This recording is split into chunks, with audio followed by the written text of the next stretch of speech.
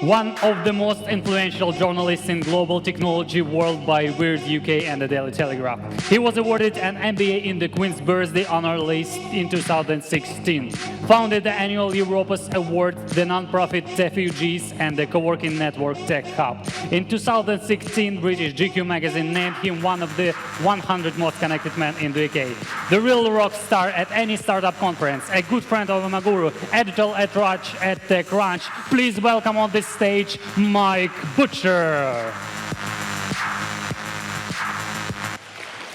Yeah, the floor is yours, Mike. Thanks very much. Hello, everyone. Hope you're enjoying Venture Day Minsk.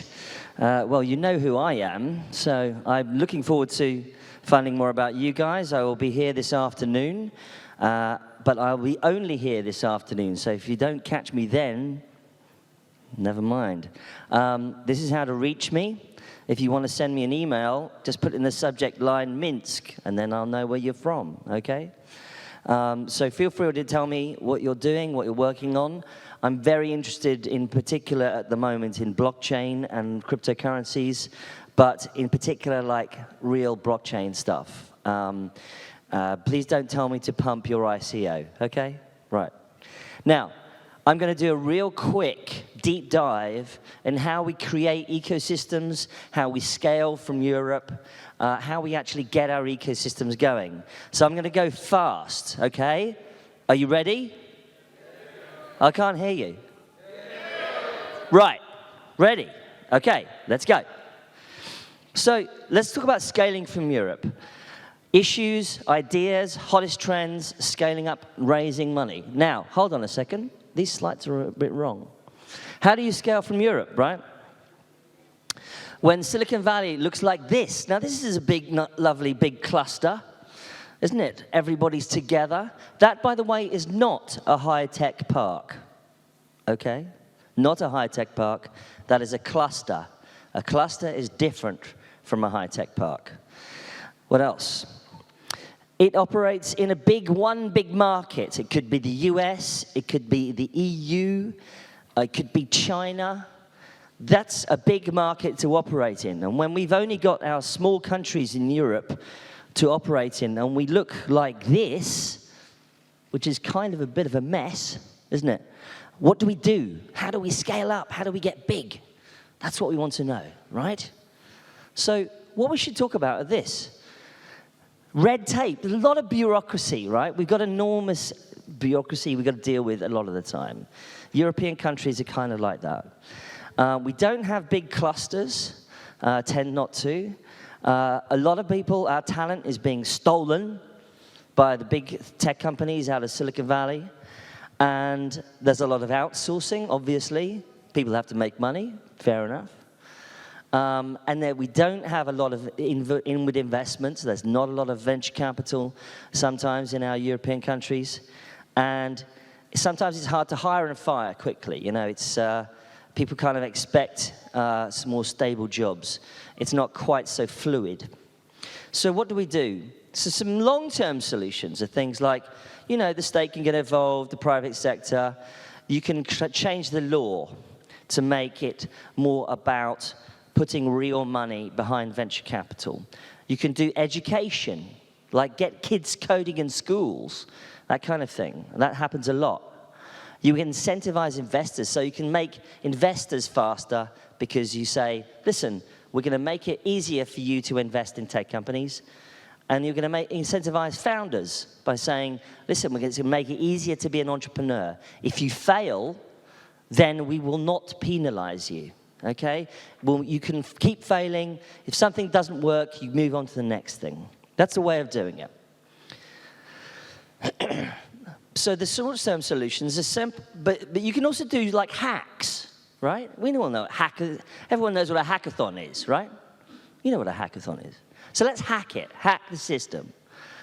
We can create much more information about our ecosystem. Put up a Google spreadsheet with everybody on it, all the startups. Put up a spreadsheet with all the venues that you need for meetups and for meetings. Hype your successes. Help each other. Don't compete. In small ecosystems, here's one of the big problems. In small ecosystems with lots of players all competing with each other, like tomorrow there's going to be another conference on tech, right? Why? What's the point? They should all be here, right? Yeah? So what's the point? Don't compete, cooperate. Hype your successes. Now, you want to incentivize your staff. Don't just make the founders do well out of companies. Allow the fact that your staff should do well. Because that person who's sitting on the reception desk one day is going to be an entrepreneur. And you can also go to Silicon Valley in an organized way, or come to London. I know that Venture Day in Minsk did a showcase day of Belarus startups in London a few months ago. Great idea, fantastic. Go, bang, here we are, we've come to you. And then another is the remote model. It's like you put your entrepreneurs, founders in a big market like London or the US, but you keep your developers back home. That works all the time. Everybody does this. So how do you do it? Well, be smart, okay? You're smart. You're very smart, aren't you? So, think smart. First of all, who built Evernote? Anybody? A Russian guy. Who? Yeltsin? No, wrong one. To be honest with you, this guy. Yeah, but to be honest with you, nobody really knows. You might know, because you're all tech people. But the average person, they have no clue. Not as such. They just don't care, right? Nobody cares. The point is we don't need all that location information. It doesn't matter. The point is you talk about product. Product is what you want to talk about. Emphasize the product above all else. Nobody cares where you're from. Make the product amazing. And then you can get traction in your home market. That might be here. That's okay. You can test things, see how things work. And then once you've done that, you can get traction. Another way, aim for a niche. Solve a niche problem. Don't like, Mike, we are the next Facebook. No, you're not. That's been done, okay? Do something interesting in a niche. That usually works. But also, to build a global platform, you need global distribution. App stores, blockchain is now obviously very global. Global platforms make you global.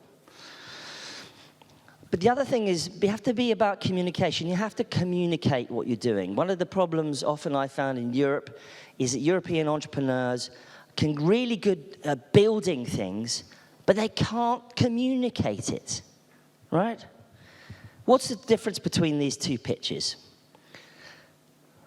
We have built a new form of transportation. Great. What is it?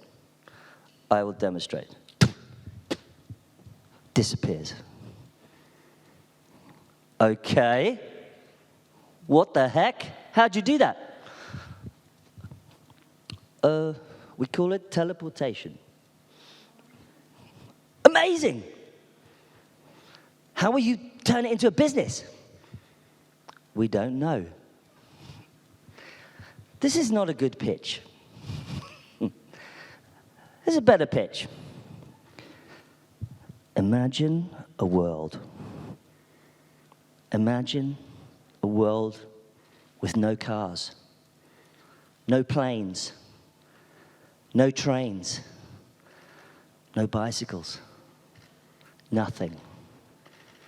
Ladies and gentlemen, I give you teleportation. Right? It's about storytelling. It's about getting people excited, interested in what you're doing. Communicate. If you can't communicate, you can't get anywhere, right? Tell a story. So how do we tell a story? Let's think about that. Present yourself. Now, get your phone out and take a picture of that. Because this is how do you pitch the media. how you pitch your startup, and learning how to network.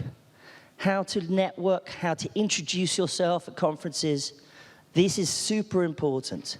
First impressions when you're being an entrepreneur are incredibly important. Okay, the slide is disappearing. Goodbye. What's news? What is news? What is the technology journalist interested in? You know what they're interested in? They're interested in a man biting a dog. What the hell, Mike? What the hell is Mike talking about? Nobody knows. You don't read about a plane that didn't crash. You want to talk about what's unusual. A dog biting a man biting a dog, or a woman biting a dog is pretty unusual, right? So be unusual. You're a startup. You want to be unusual. You want to get in the press. Be unusual, right? Stand out.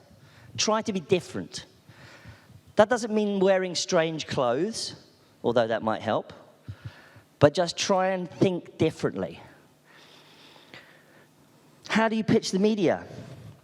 Know who your journalist is. Know who the media company is. Don't pitch, if you're an enterprise company, don't pitch to a consumer technology website. If you're a consumer tech startup, don't pitch to the enterprise tech website. It's simple, but people forget this. Get a warm introduction if you can. If somebody knows Mike, then go through them, because I know that person and I don't know you. That helps. Subject line, be quick in the subject line. Very difficult, very simple mistake. It's a very simple mistake to make. But the subject line of your email is very important. Get it right. Think about it.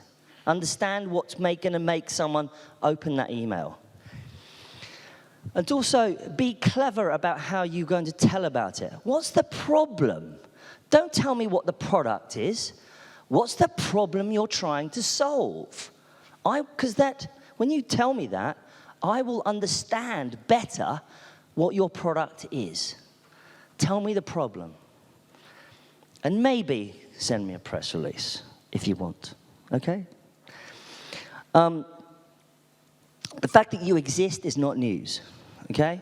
Just existing, there are lots of tech companies out there. Just existing, that's not news. So don't pitch yourself as existing. You have to be newsy. Watch the news, see what's going on.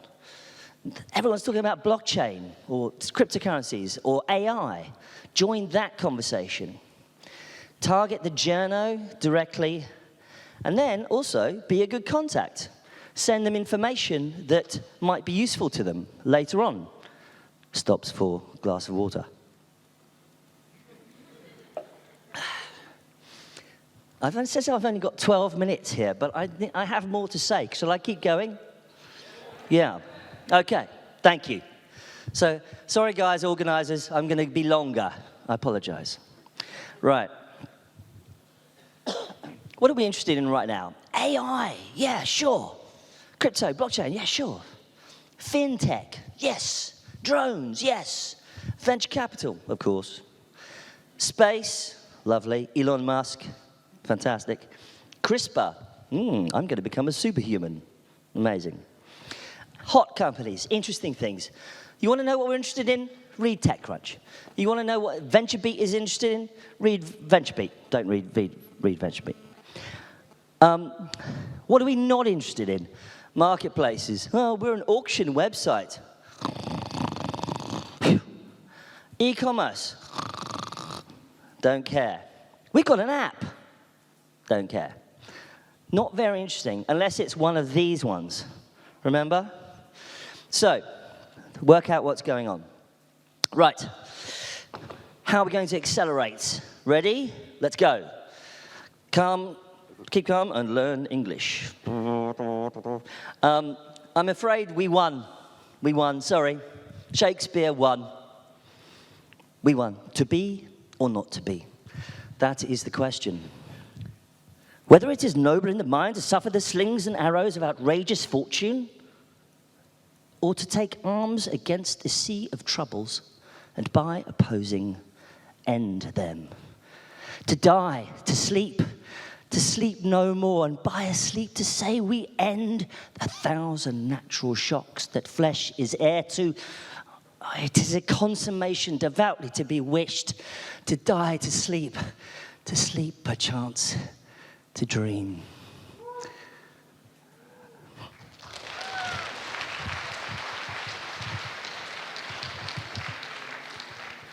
We won.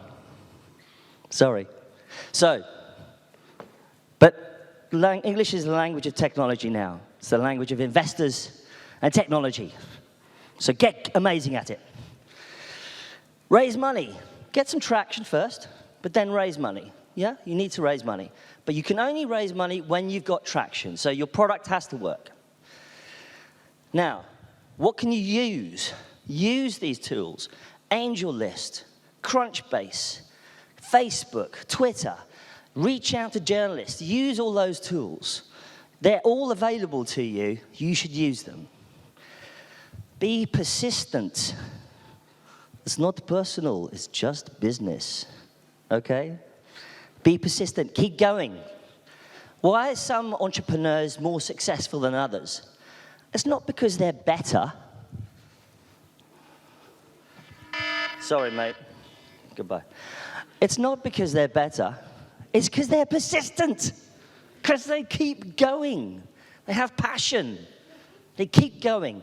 Please talk about me. Please write about me. Please give me some money. Please work for me. Come on. Let's go.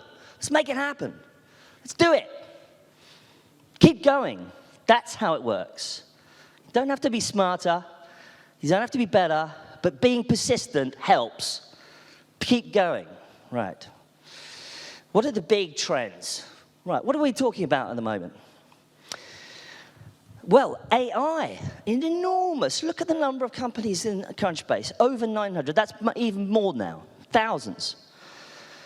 Look at this amount of investment into AI, 6 times. Look at that. Look at that, huge leaps in the funding in the last couple of years.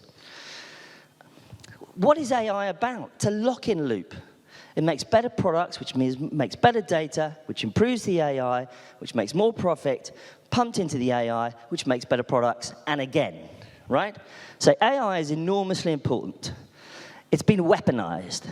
If you're not involved in AI now, if your company's not has some aspects of AI now, or if you're a big company that has lots of customers or whatever, you need AI, right? Because if you don't, then your competitor will. And all the startups out there producing AI products are in hot demand. This is the next interface, of course, voice. Huge and fantastic interface. Incredible potential. This is the future. This is your future, by the way, where the robot gives you a candy for smiling. Okay? Please, Mr. Robot, feed me. Smile. Here's the candy. But this is an MIT demo, right? You smile, it gives you candy. It's like the Matrix. Chatbots is AI. AI is UI. Chatbots for travel. Plum, Chip, Clio. Digital raised $36 million this way. And also, of course, the share economy. Anything you could share is Uberized or Airbnb. You can turn a room into a shareable object just by turning it into something that you can share. Share economy is an incredible trend. Roomy, recharge, breather, all raise lots of money. It's just being able to share something. What about this? Computer vision. This guy looks at feet. It's kind of a bit weird. Strange. Got a bit of a fetish maybe about feet, maybe. But he can tell if you're a guy or you're a girl walking into a shopping mall, and he can tell you about your feet, and he can tell that shopping mall about how many customers there are. Incredibly important because it's computer vision. It's AI. Horton Analytics raised money doing that. So what are the implications? Well, implications of our next move is pattern recognition. If you can predict something via pattern recognition, it's enormously powerful. This thing will now tell if maybe you're feeling a bit ill. Hey, Amazon, how do I look today? Hey, Alexa, how do I look today? Are you depressed? What? I am. How did you know? I can just tell. I can just tell. So, you don't look yourself today. I know. What shall I do? I hate my job. Alexa, get me a new job. Searching jobs. Consumer brands and retailers anticipate our behavior, and you're building the technology for that, right? It's a big, huge amounts of implications here. Smart sensors, cameras. It's very, very minority reports, isn't it? Walk into a store. How are the trousers, sir? Trousers? Wait, what are you talking about? The trousers you bought last week. Remember? Yeah, they're okay, actually. I kind of think I might get a shirt to go with them. Let me searching shirts. It's all happening. But there's a big problem. It's going to affect jobs. It's going to affect the middle class, doctors, lawyers, robot lawyers, AI lawyers, robot doctors. It's going to affect low-skilled workers as well. And AI, it might even affect journalists. Sad, sad face. It might even affect the creative classes. And it's a big, big problem. Lots of truck drivers. Don't be a truck driver. That's it, it's over. So it's going to affect jobs. And we have to think about these implications. If you're building something right now, think about what the implications are in the future. But it's okay. It's okay, everybody. Relax. There will be flying cars. Yay!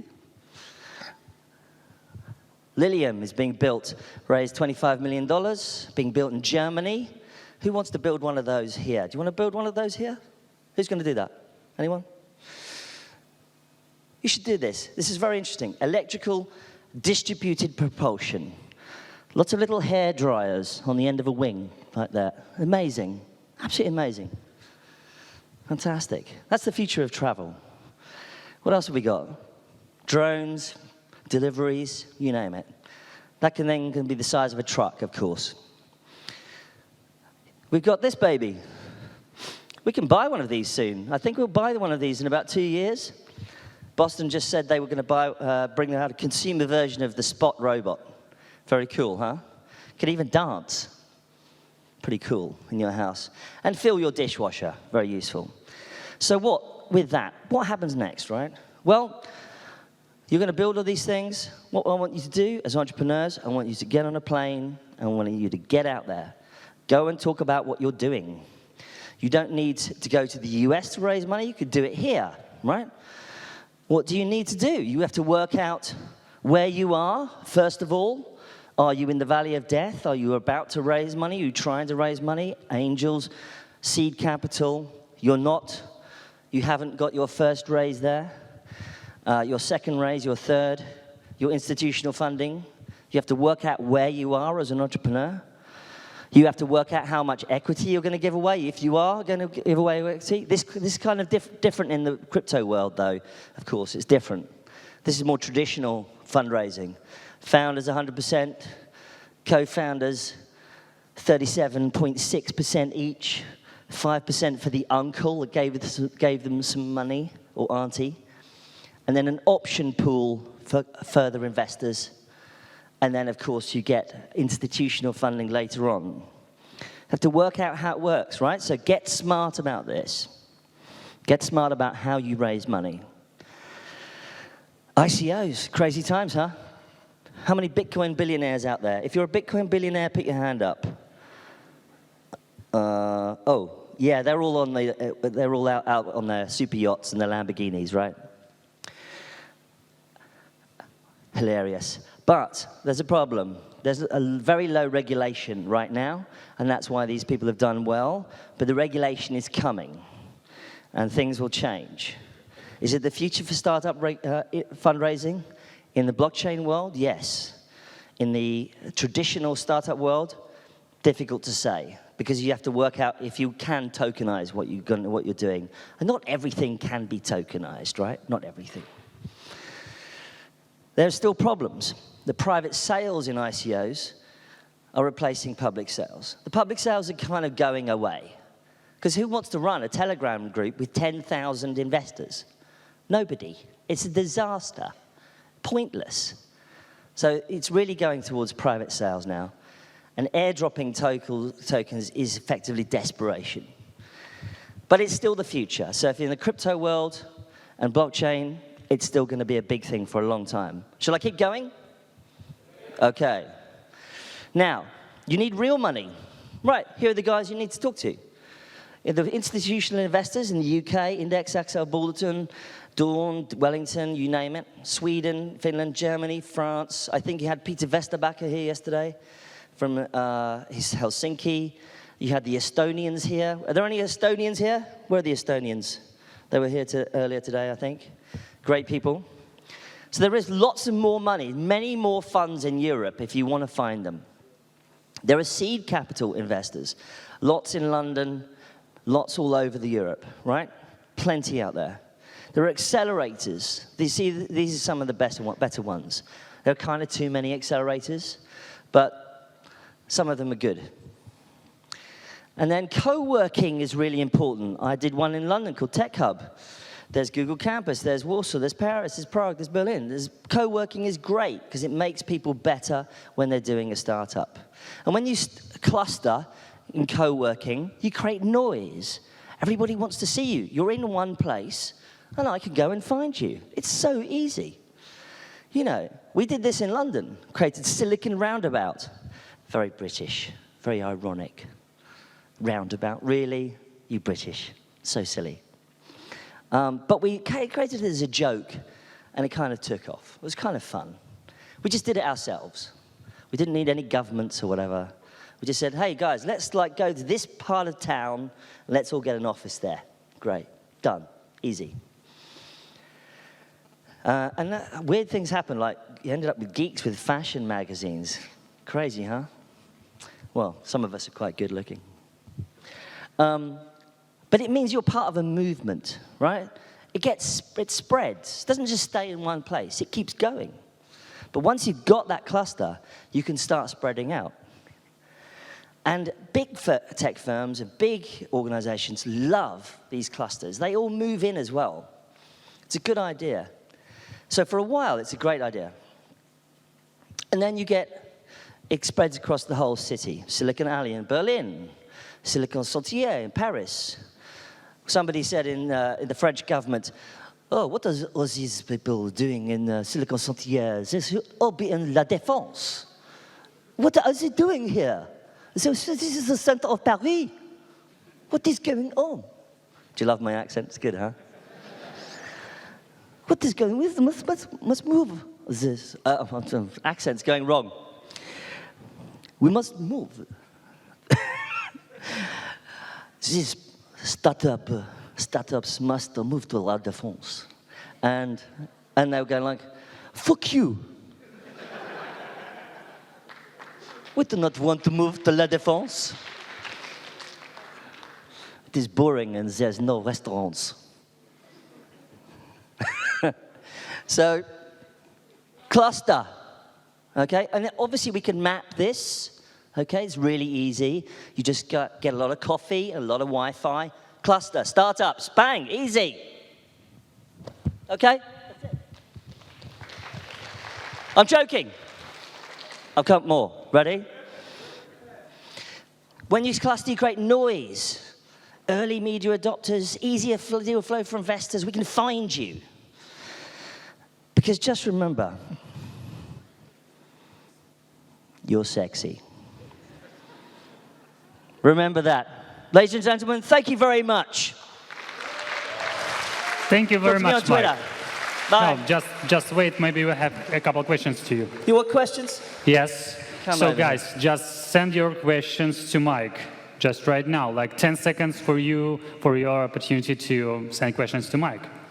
Like that's 10, 9, 8, what's this on slide 7, right? It's like no questions from the audience. Well, it's because they're all there. Like, we don't have any questions. We got it all now. Yes. Yeah. So the first thing you should remember that you are sexy and you are sexy too, Mike. Yes. Oh, first question. Thank you very much. Okay. Please send me your phone number. Okay. Okay. No, not this one. Sorry. Okay, it wasn't a question. So thank you, Mike. Thank you very much. I think some of you who would like to ask Mike, you can grab him at the networking I'll be out there, so around come the and hall. say hi. So please, your applause to Mike Butcher, editor at TechCrunch. Thank you for his speech.